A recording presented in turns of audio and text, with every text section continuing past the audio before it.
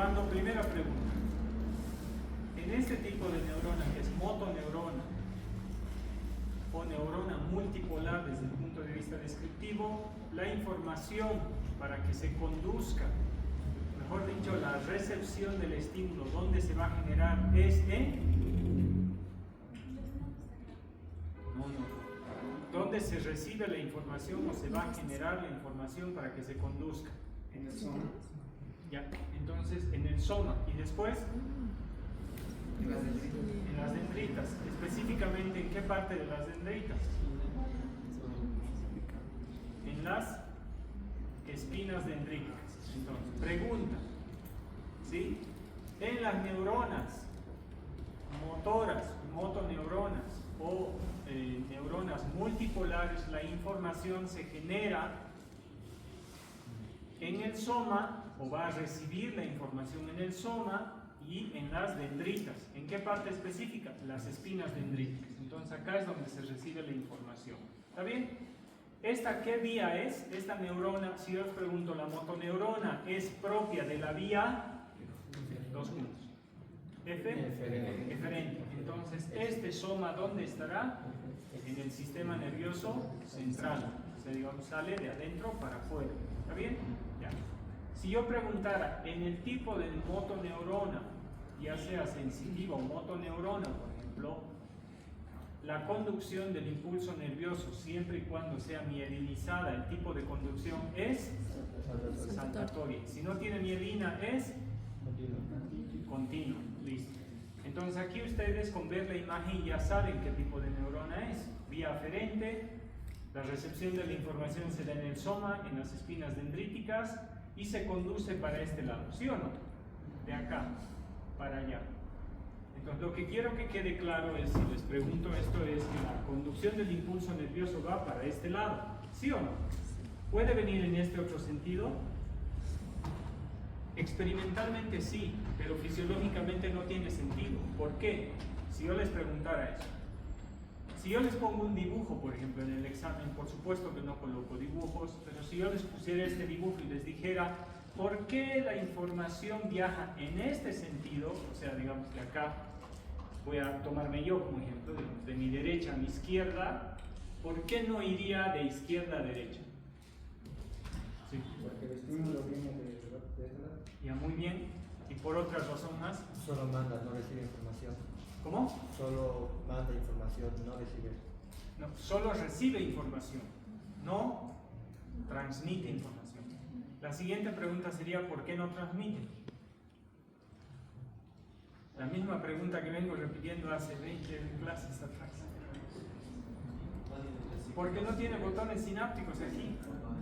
Claro, ¿sí o no? O sea, a este lado, ¿por qué no va a pasar la información esta neurona a una siguiente? ¿Por qué el soma o las dendritas no pasarían la información? Porque no tienen neurotransmisores. Los neurotransmisores están a este lado. ¿Sí o no? Y otra vez repetimos, botones sinápticos, vesículas sinápticas, neurotransmisores que se liberan. Y eso es lo que vamos a ver en esta clase, cómo se libera. ¿Está bien? Listo. En esta neurona, primera pregunta, ¿qué tipo de neurona es esta?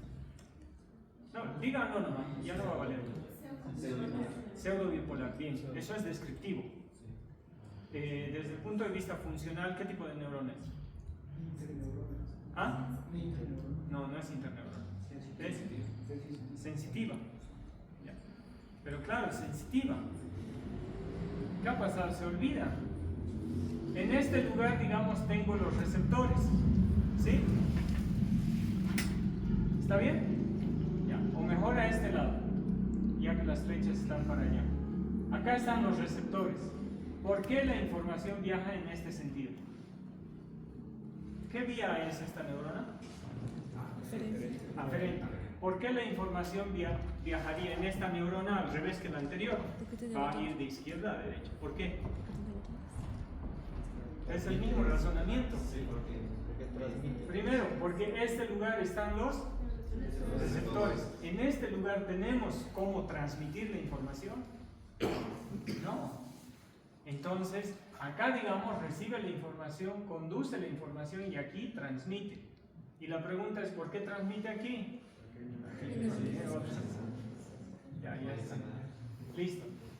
Entonces, siempre y cuando sea mielinizado, el potencial de acción va a viajar de nodo de Rambier a nodo de Rambier y la conducción va a ser saltatoria. Eso ya lo hemos visto. Ya sabemos lo que es la despolarización, repolarización. Ya hemos visto esto, que hay distintos tipos de canales, no lo voy a repetir. Esto era lo que se podía graficar, eso es lo que hemos hablado en la anterior clase, solamente para recordar. ¿Alguien me puede decir qué es esto? ¿Cómo? Sí, díganlo nomás sin... Fallos de impulso de despolarización. Ya, los intentos fallidos. ¿Por qué, digamos, son intentos fallidos? Porque la cantidad de sodio no es suficiente como para abrir las proteínas voltaje dependiente. Sí, ¿y dónde abren las proteínas voltaje dependiente? Si yo les pusiera esta imagen en el examen y yo les digo, márquenme el punto donde se abren las proteínas voltaje dependiente. Menos 55. Menos 55. O de todo. Aquí no, ¿eh? Y ese es el punto umbral, y de ahí se llama también la ley del todo o nada. Eso es otra cosa. Ya, estamos muy bien entonces. Ya saben reconocer eso, ¿no? Habíamos visto, hay formas, esto es lo que no habíamos visto, pero básicamente Bishop y colaboradores han hecho este tipo de cuadros para tratar de entender cómo cada una de las fibras nerviosas está especializada.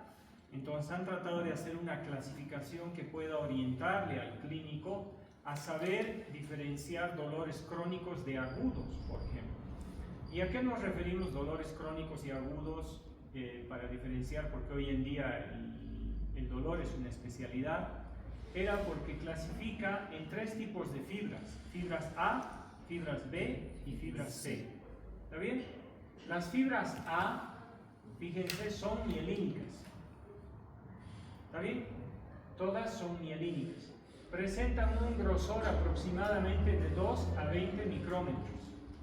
Fíjense el dato. Y estas fibras A su vez las han clasificado en alfa, beta, gamma y delta. ¿Cuál es la diferencia entre estas? Fíjense, la velocidad de conducción estará en relación ya sea a 100 metros por segundo, 60, 25 y 50 metros por segundo. La pulpa dental, por ejemplo, tiene fibras tipo A delta mielinizadas. Esta es. ¿A cuánto conduce? A 50 metros por segundo.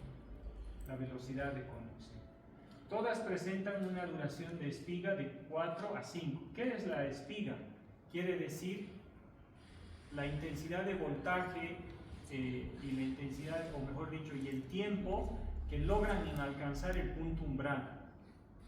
O sea, cuán rápido puede alcanzar el punto umbral y cuán rápido se abren esas proteínas voltaje dependientes para el sodio para que se genere un potencial de acción, ¿no? Entonces acá dice, todas tienen una duración de espiga de 0,4 a 0,5 milisievert. O sea, es rápido el lugar en el que reaccionan las fibras nerviosas. Pero ¿qué nos dice este cuadro? Este cuadro nos está dando 2 cosas.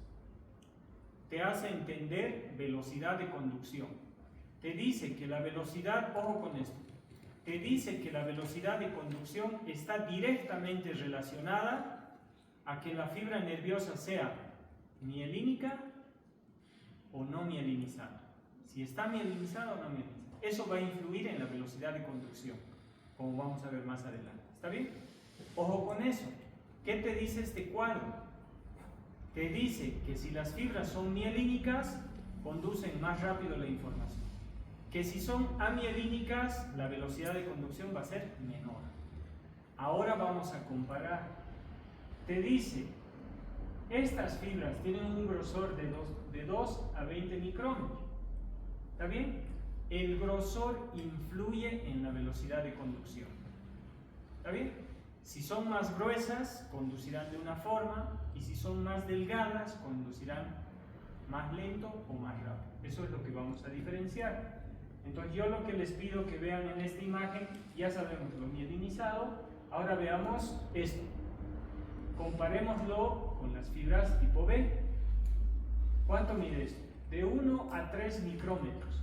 Eso es mayor, ahorita lo vamos a poner para... ¿Eso es mayor a esto o menor? ¿Ah? Menor. Entonces aquí lo que ustedes tienen que ver en este cuadro sería, fíjense cómo es la velocidad de conducción acá. En este tipo de fibras de 2 a 20, esta es la velocidad de conducción. Y en esta que es de 1 a 3, la velocidad de conducción es de 10 metros por segundo. Ahora, ¿esta es más rápida que la anterior o menos rápida? Menos. No, pues es menos rápida, ¿no? Si es 10 metros por segundo.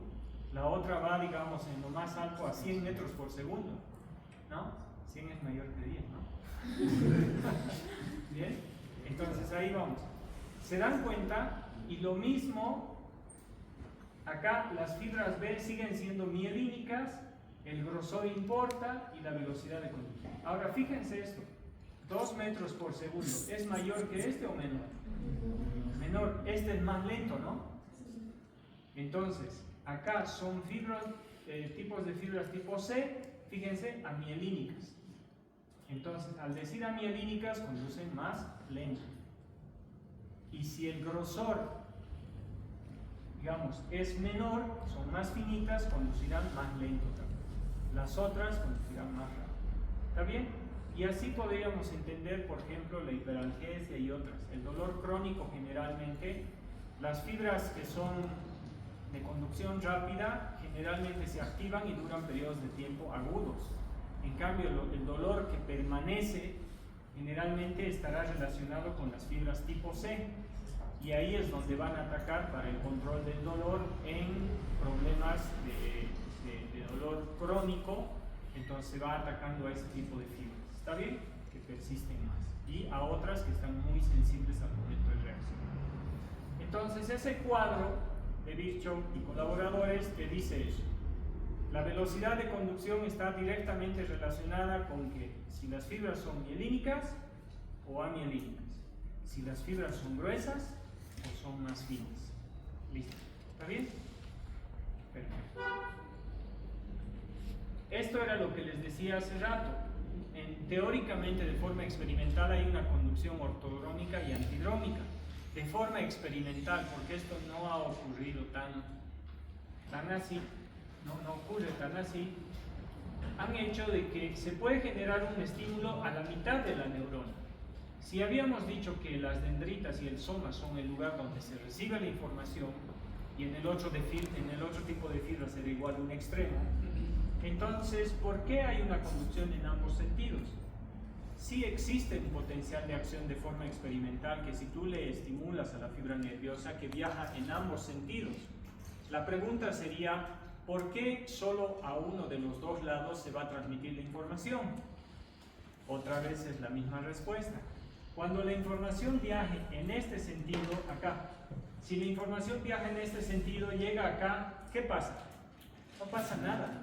Porque esta área no está especializada para transmitir la información, ¿sí o no? Si bien hay sinapsis, pero no está especializada para pasar la información. En cambio, si la información viaja, el potencial de acción viaja a este lado, la información sí ocurre. ¿Eso qué te quiere decir? Te dice que no importa.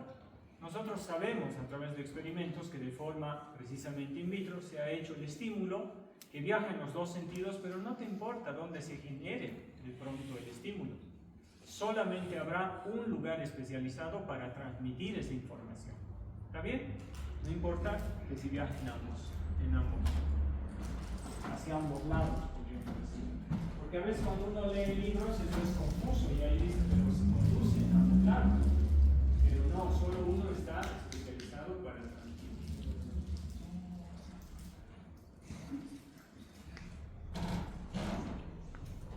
Entonces, ya que hemos visto conducción del impulso nervioso, lo que nos tocaría ver ahora es recepción de la información. Está claro porque tenemos receptores específicos, exteroceptores, interoceptores, viceroceptores, o sea, todo tipo de receptores para que la información viaje por la vía aferente hacia el sistema nervioso central y viceversa, ¿no? Del central al periférico.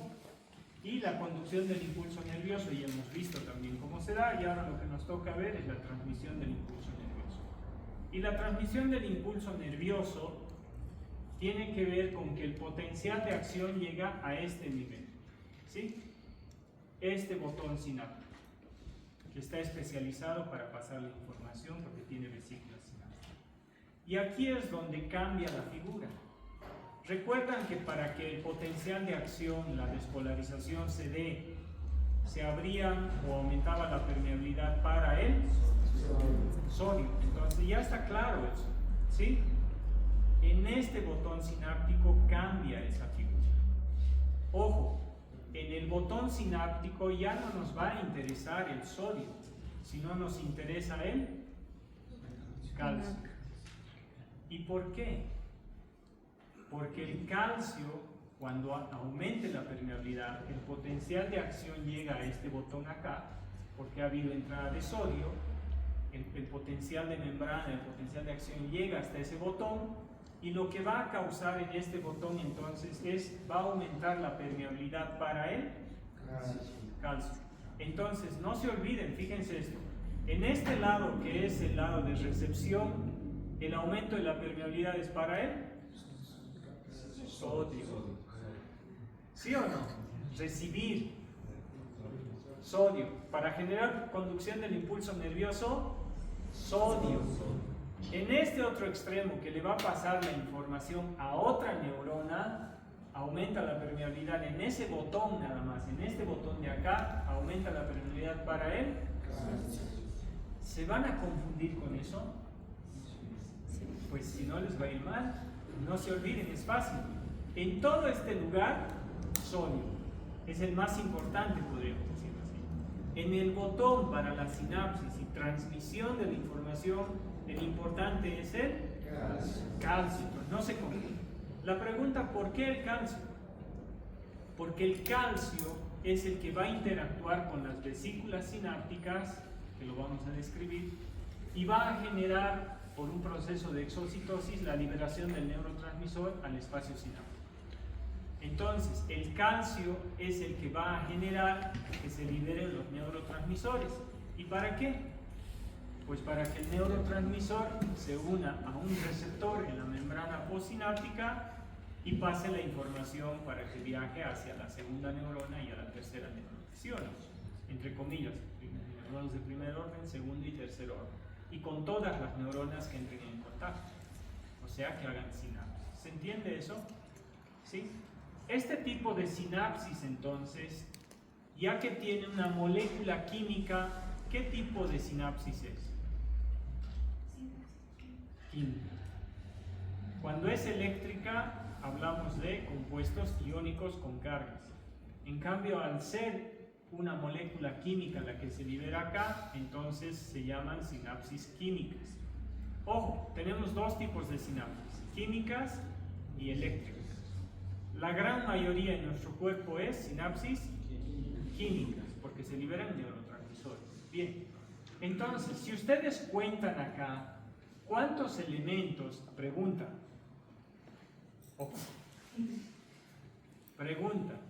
¿cuántos elementos forman una sinapsis química? ¿Quién me dice? Viendo esta imagen. ¿Por dónde viaja el potencial de acción? No. ¿Por dónde viaja el potencial de acción? Por el axón. ¿Y el axón? ¿Pero qué parte del axón? ¿Ah? De la membrana. Claro, la membrana celular. ¿Por dónde viaja un potencial de acción? Por la membrana. ¿Quién está cargado eléctricamente? La membrana. ¿Quién se despolariza? La membrana. ¿Sí o no? Entonces, ¿por dónde viaja el potencial de acción? Por la membrana. Ahora, ¿en qué lugares se dan los potenciales de acción? En los nodos de Rambier, en la saltatoria. ¿Por qué? Porque la membrana está ahí, junto con sus proteínas. Entonces, si el potencial de acción viaja por la membrana y ha llegado a este botón sináptico, entonces el primer elemento importante acá va a ser la membrana. Y como está antes de la sinapsis, se va a llamar membrana presináptica.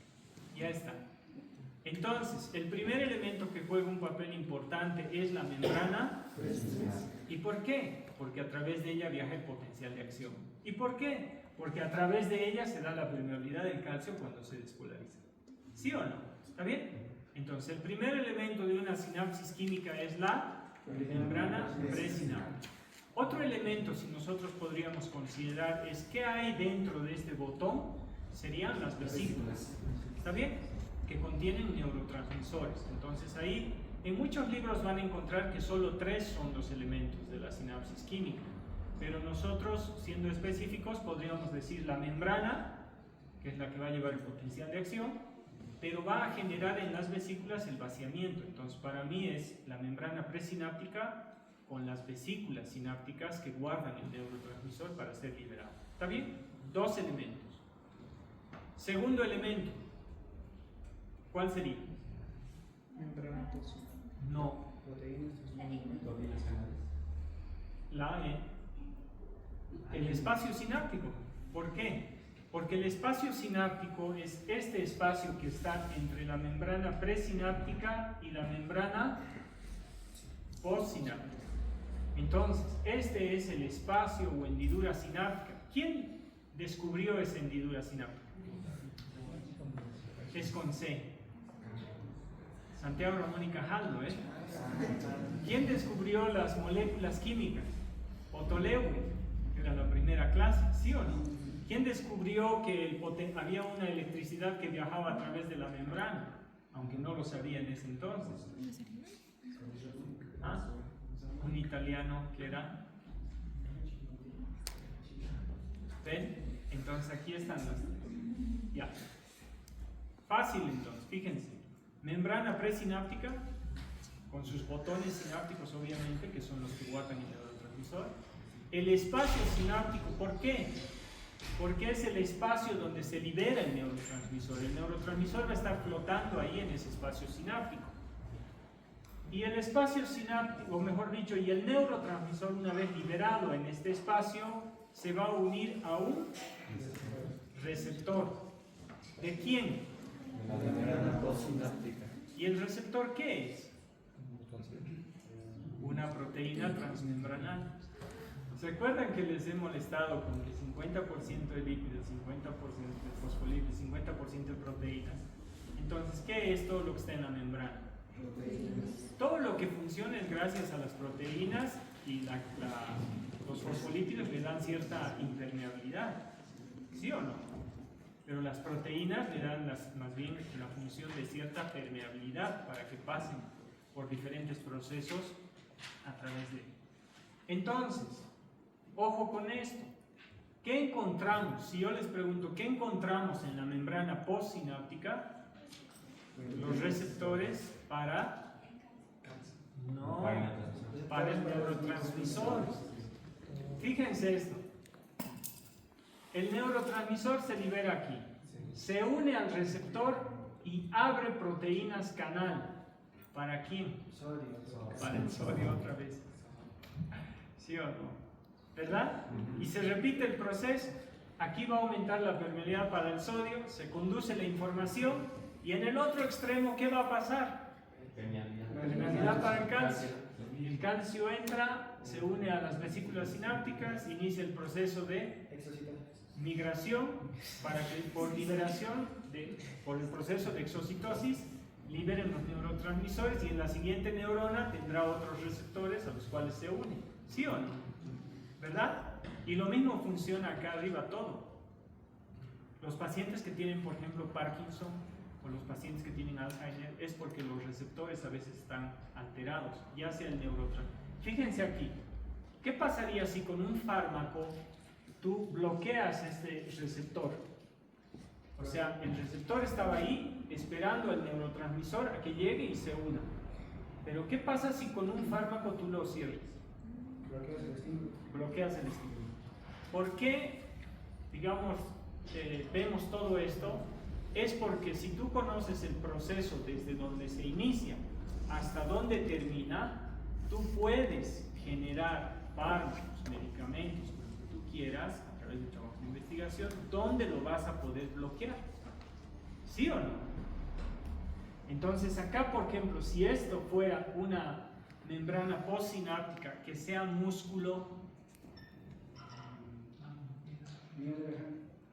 va a ser muy relajante. Y el neurotransmisor se tiene que unir porque el neurotransmisor para la acetilcolina del músculo puede ser nicotínico o muscarínico. Si le bloqueas ahí, ya no permites que el músculo se contraiga. Ahí sí puede actuar un miorrelajante. Los miorrelajantes trabajan de distintas formas, dependiendo del mecanismo de acción que tienen.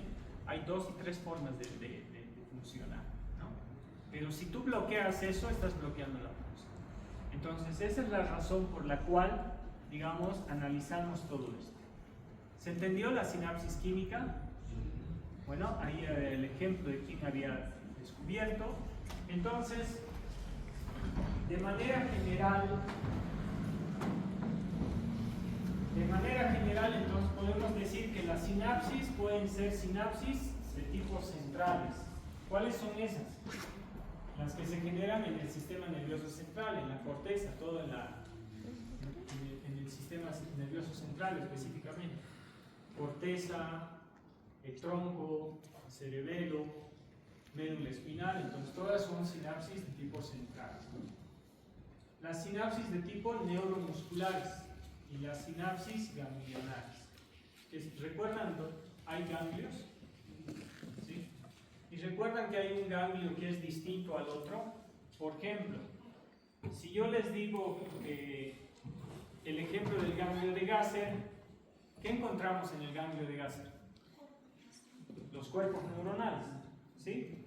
Todos los cuerpos neuronales del nervio trigémino están ahí, porque fuera de él no hay otro cuerpo. ¿Qué vía es esa? Aferente, ¿sí? Pero aquí dice que hay sinapsis ganglionares. Hay otros ganglios que están en la vía eferente. Digamos, hay otros ganglios raquídeos, por ejemplo, que van hacia el sistema digestivo. Antes de que llegue al tubo digestivo hay un ganglio. Ahí termina y ahí hace sinapsis con otra neurona. En ese tipo de ganglios no solamente están los somas de los cuerpos neuronales de las fibras que van a estimular al músculo del tubo digestivo, sino también está en la terminación donde van a hacer sinapsis. ¿Qué tipo de neurona es? Motoneurona. Entonces, ojo con eso, no todos los ganglios solamente se encuentran cuerpos neuronales. En la vía aferente sí, pero en la vía eferente no, porque ahí encontramos un soma y encontramos una terminación donde hacen sinapsis. Y a eso se le llama sinapsis ganglionares. ¿Sí? Esas son las sinapsis. En la vía eferente es distinto. Muy bien. Ahora, desde el punto de vista, hemos dicho que desde el punto de vista funcional, si yo les pregunto esto, desde el punto de vista fisiológico, las sinapsis se clasifican en dos. Químicas y eléctricas. Listo. Desde el punto de vista morfológico, descriptivo, se clasifican en 3. Y ahora vamos a explicar por qué. ¿Qué tipo de sinapsis sería desde el punto de vista descriptivo? Porque descriptivo quiere decir en qué lugar, ¿sí?, morfológicamente hace sinapsis. ¿Qué tipo de sinapsis sería esta? Axosomática. Bien, descriptivo, ¿no? El axón llega con sus botones y hace sinapsis con el soma. Axosomática, descriptivo. ¿Este qué es? El axón llega con sus botones y hace sinapsis con las dendritas. ¿Qué lugar específico de las dendritas? En las espinas es donde hace sinapsis. ¿Está bien? Entonces, axo, dendrita. Y esta,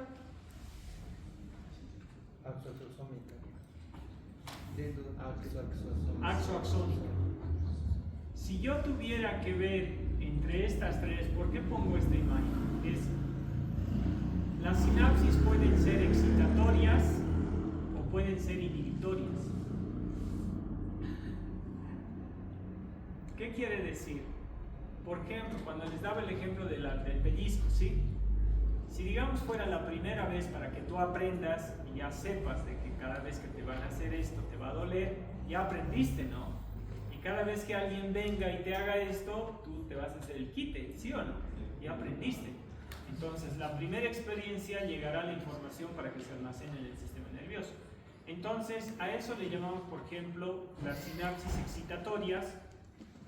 Todas las importantes tienen que llegar al sistema nervioso. Entonces, tienen que pasar la información.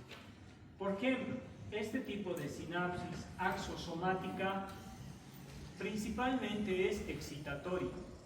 Quiere decir que la información en este tipo de sinapsis tiene que pasar la información. ¿Está bien? Hay formas de inhibirla, que la vamos a explicar después, pero en su mayoría pasa la información y hablamos de sinapsis excitatorias.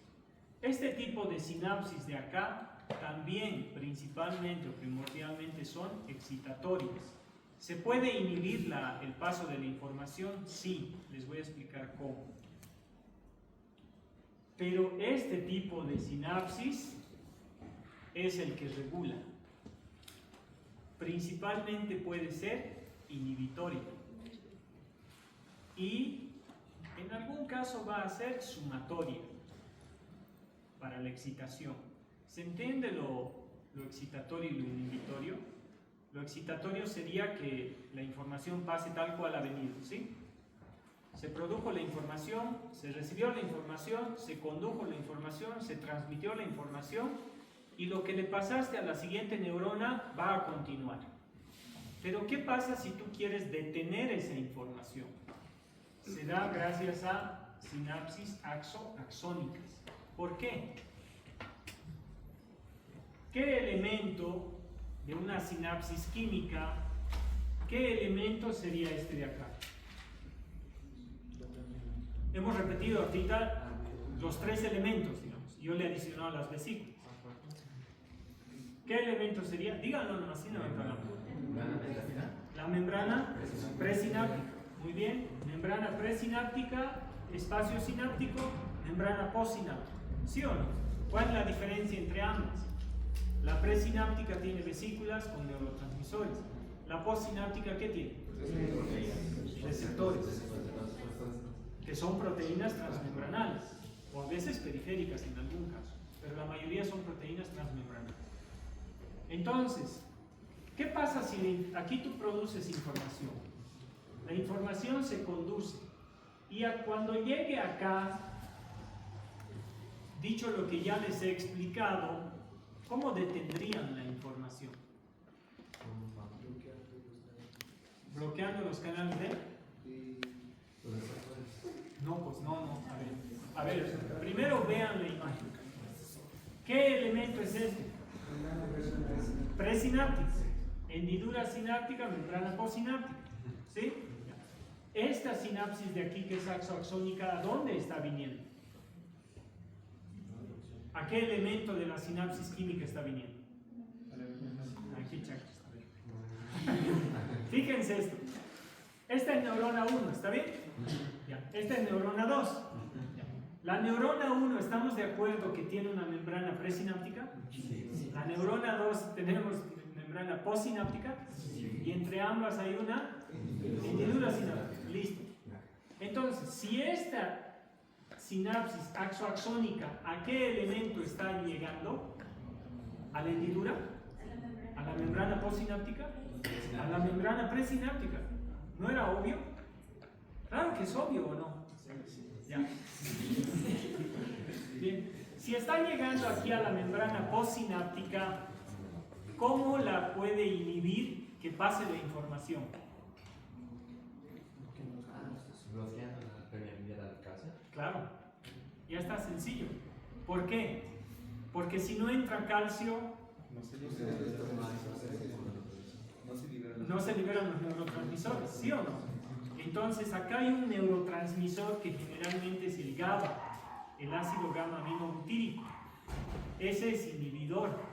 Entonces cuando esta neurona viene con una información y dice que esta información de acá no debe pasar, entonces lo que va a causar es baja el potencial de acción, ¿cómo? Inhibiendo que el calcio entre. Si el calcio no entra, la despolarización cae, se repolariza. ¿Y qué pasa si no entra el calcio? Lo que ya lo he mencionado. no se une a las vesículas, no genera la liberación por exocitosis de los neurotransmisores. Así bloqueas la información. ¿Se entiende? Entonces, ¿qué tipo de sinapsis va a ser entonces esta? Inhibitoria. ¿No les parece que está en el diseño bien ubicada? Porque está en la membrana presináptica, ¿o no? Era lógico. ¿Dónde vas a parar la información? Antes que se libere el neurotransmisor. ¿Sí o no? ¿Se entiende? Sí.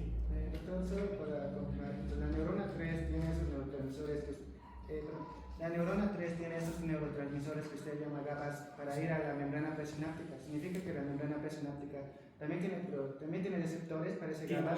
Tiene receptores.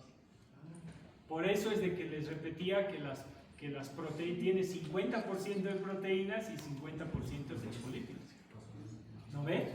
Entonces tiene todo tipo de proteínas, dentro de ellas las que van a causar inhibición para el calcio. Entonces tiene receptores para el GABA. Por eso estas sinapsis axoxónicas generalmente son inhibitorias cuando quieres parar la información. Pregunta, habíamos repasado esto y había este ejemplo, digamos, ¿sí? Para ambos, sí. El potencial de acción viaja hasta acá, ¿sí o no? Cuando llega al botón sináptico, ¿qué pasa? Aumenta la permeabilidad para el calcio. El calcio se une, libera el neurotransmisor. Hasta ahí todo bien. El neurotransmisor se une al receptor. ¿Qué causaba en la membrana postsináptica? Permeabilidad para el sodio. O sea, habría canales para que entre sodio, ¿sí o no? ¿Cómo la bloqueas? Porque ahí también se puede bloquear y esa es otra inhibición. ¿Saben cómo se bloquea? Se le bloquea a los canales de sodio y se abre canales para el cloro. ¿Por qué no? El potasio no, para el cloro. ¿Por qué el cloro? Porque es negativo. Es un anión. Entonces, si tú quieres bloquear la información acá, el neurotransmisor se liberó. Se va a unir a su receptor fisiológicamente. Pero si es que se tiene que bloquear esa información, no va a entrar sodio y va a entrar cloro. Esa es otra forma, después les explico cómo. ¿Está bien? Entonces hay dos formas de inhibir la transmisión de un impulso nervioso. La primera se da en la neurona o en la membrana pre, y la segunda se va a dar en la membrana postsináptica. Cualquiera que bloquee receptores o bloquee al neurotransmisor ya no es fisiológico, es fármaco. Lo que nosotros estamos viendo aquí es fisiológico, ¿sí? Pero el fármaco puede actuar donde el ser humano haya decidido que actúe a través de trabajos de investigación, ¿sí o no? Entonces yo lo voy a bloquear aquí, generas un fármaco, va ese fármaco, se une al receptor y no deja que, o no deja que se libere, o bloquea el neurotransmisor directo. ¿Está bien? Pero fisiológicamente hay dos lugares donde podríamos inhibir la información. En la sinapsis axoxónica, bloqueando a la entrada de calcio, y en la sinapsis, en estos dos tipos de sinapsis, después de que pasó la información, abriendo canales de cloro, que es negativo. Si entra negativo adentro, no le va a dejar despolarizarse. ¿Lo ven? Porque la despolarización era que entre sodio que tiene carga eléctrica positiva. Entonces, esa es la. Entonces, la sinapsis, desde un punto de vista fisiológico, ojo, no, eso lean bien, ¿no? Porque yo puedo preguntar cómo se clasifican las sinapsis desde el punto de vista descriptivo, morfológico. Eran 3. Desde el punto de vista fisiológico, solo son 2, químicas y eléctricas. Yo puedo preguntar cuáles son los elementos que conforman una sinapsis química. Membrana presináptica, hendidura sináptica y membrana postsináptica, lo más básico. Y si quieren complementar algo, dicen que en la membrana presináptica es porque tiene vesículas sinápticas que almacenan el neurotransmisor. Y en la membrana postsináptica, que tienen los receptores para esos neurotransmisores. Esa es una respuesta mucho más completa. ¿Está bien? Muy bien, entonces Ahí vamos. La hendidura puede medir entre 20 a 50 nanómetros o entre 300 y 500 amperes, ¿no? Que es la diferencia. Y esto es todo lo que hemos hablado. ¿Ven? Ahora, el calcio tiene una afinidad por unas proteínas que son descritas. Y si leen Guyton igual, ahí están la sinaptobredina, la sinaptotacnina. Hay varias proteínas con las cuales reacciona y las cataliza. La parte más importante para nosotros, si bien podríamos describir todo ese proceso, que si quieren leerlo está en Guyton, el calcio aumenta, el potencial de acción llega aquí, aumenta la permeabilidad para el calcio porque hay proteínas para el calcio entra, se une a esas proteínas en específico de las vesículas sinápticas. Recuerdan que las vesículas y los organelos internos también tienen una membrana parecida a la membrana celular, ¿sí o no? ¿Verdad? Tienen ciertas similitudes. Pues estas membranas que recubren las vesículas sinápticas pues tienen proteínas a las cuales el calcio se une para activarlas, y ahí empieza el proceso de marginación. Viene acá, las activa y luego empieza la liberación del neurotransmisor. Ahora, un potencial de acción para que transmita la información, mejor dicho, una sinapsis para que transmita la información, no solo va a depender de un botón sináptico, sino también va a depender de la cantidad del neurotransmisor que ha sido liberado. Va a depender de la cantidad de tiempo que el neurotransmisor va a estar en el espacio sináptico. Y va a depender de la rapidez con la que este neurotransmisor se une a su receptor. Entonces depende de varios factores. ¿Está bien? Pero ahí se puede bloquear. Todo lo que hemos repetido, ¿ven? ¿Sí? En esta imagen está todo lo que hemos repetido. Potencial de acción, apertura del calcio, liberación, unión al receptor. Ahora, aquí con el neurotransmisor va a ocurrir dos cosas. Se puede eliminar, pero como nuestro organismo está diseñado para recaptar todo, una vez hay enzimas que una vez que hayan hecho acción sobre este receptor, no van a estar unidos todo el tiempo. O sea, como el estímulo va a depender del tiempo que esté unido el neurotransmisor con el receptor, pues este receptor en algún momento, el neurotransmisor se libera, porque este canal proteico otra vez tiene que estar fisiológicamente estable para volver a recibir otra información.